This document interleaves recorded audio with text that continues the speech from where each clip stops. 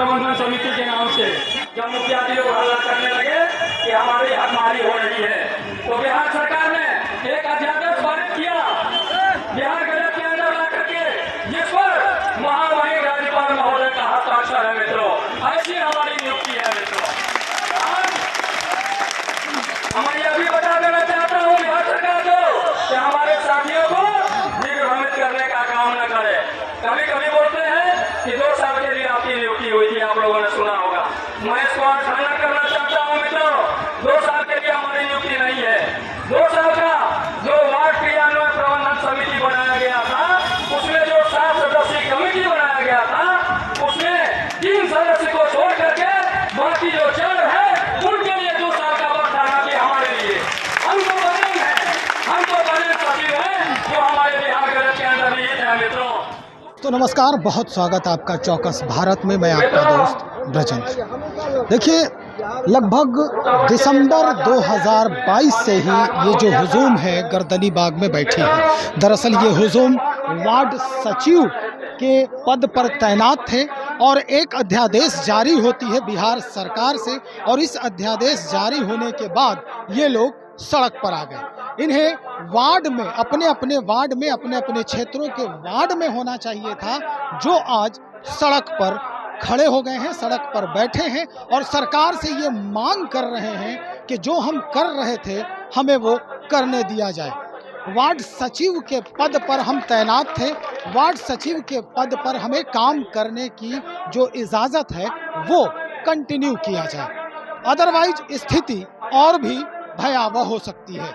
जैसा कि लोग हमेशा कह रहे हैं, स्थिति ये हो गई कि पिछले 9 महीने से ये गर्दनी बाग में धरना प्रदर्शन कर रहे हैं और आज पप्पू यादव जो जाप के राष्ट्रीय अध्यक्ष हैं, पप्पू यादव भी यहाँ आए और इनके समर्थन में बहुत कुछ कहते देखे गए।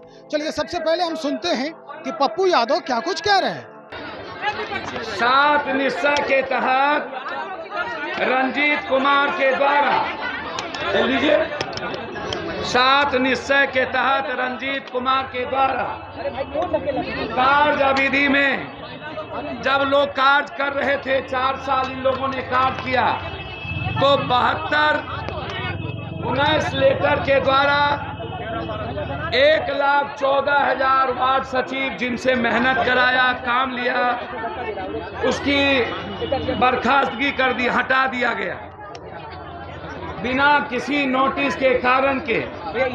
सिर्फ दोबारा घर भरने के लिए पदाधिकारी की मंशा हमेशा नए तरीके से, जैसे टीचर, आप आज इतने लाठी के बाद टीचर को टीचर भले भूल जाएंगे, आप इतने लाठी के बाद राजकर्मी की बात करते हैं।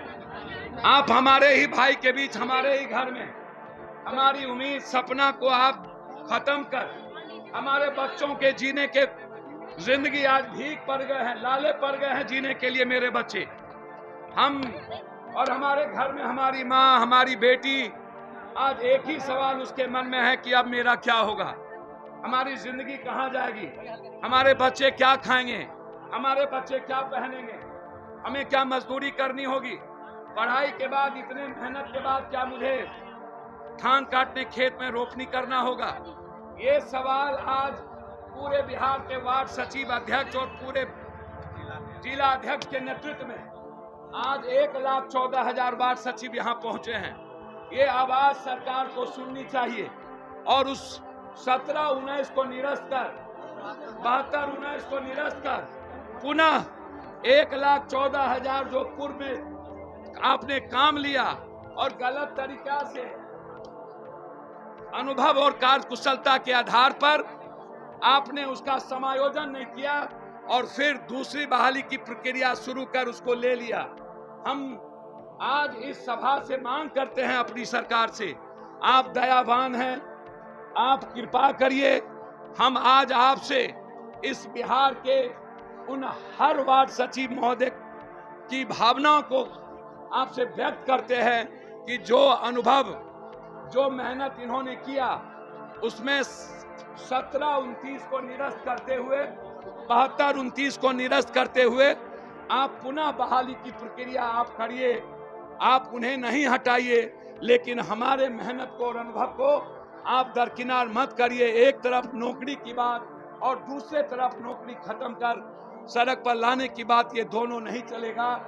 हमारी नीयत सही रहनी चाहिए। बड़ों के बाप, कनियों के बाप, सुरसुर और मुड़मुड़ भी ये नहीं चलेगा।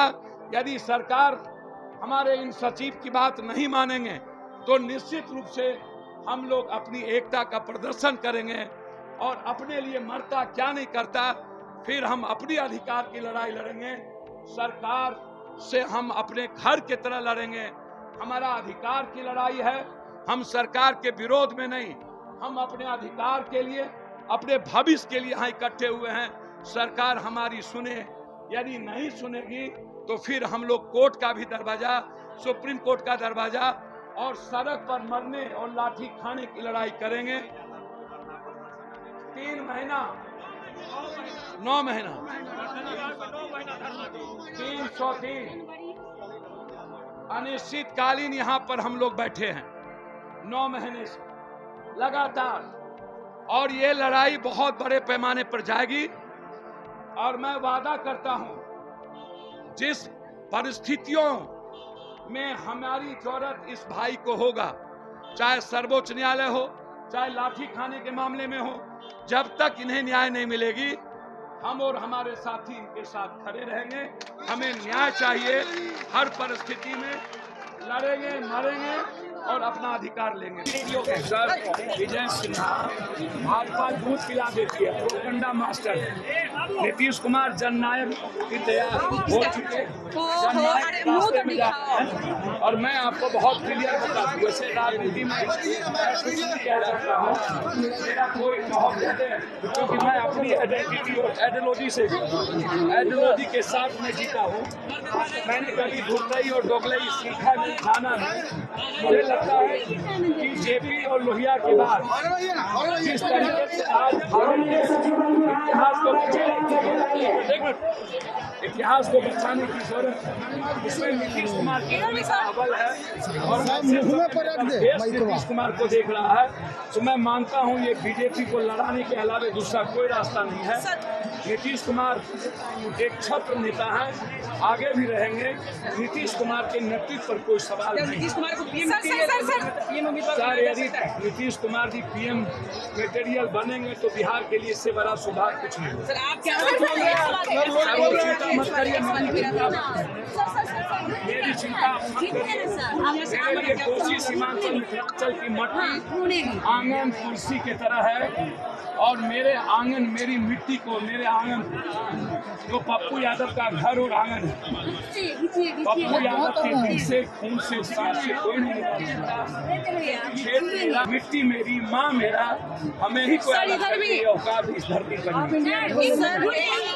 तो सुना आपने, पप्पू यादव का साफ कहना है कि अगर सरकार मानती है इनकी बात और बहाल करती है इनको फिर से, तो हम सर आंखों पर बिठाएंगे, उनका समर्थन करेंगे। लेकिन अगर स्थिति विपरीत होती है तो निश्चित तौर पर फिर से हम अपनी ताकत दिखाने की भरपूर कोशिश करेंगे, और जो प्रधानमंत्री बनने का जो सपना है वो हो सकता है कि बहुत दूर से ही ये सपना नजर आए।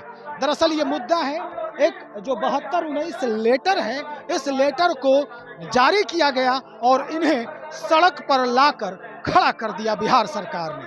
बहरहाल हम और भी खबरों को देख रहे हैं इस बाबत, जो वार्ड सचिवों के लिए खबरें निकल के सामने आती है हम आपके लिए जरूर लाने का प्रयास करेंगे। तब तक बने रहे हमारे साथ।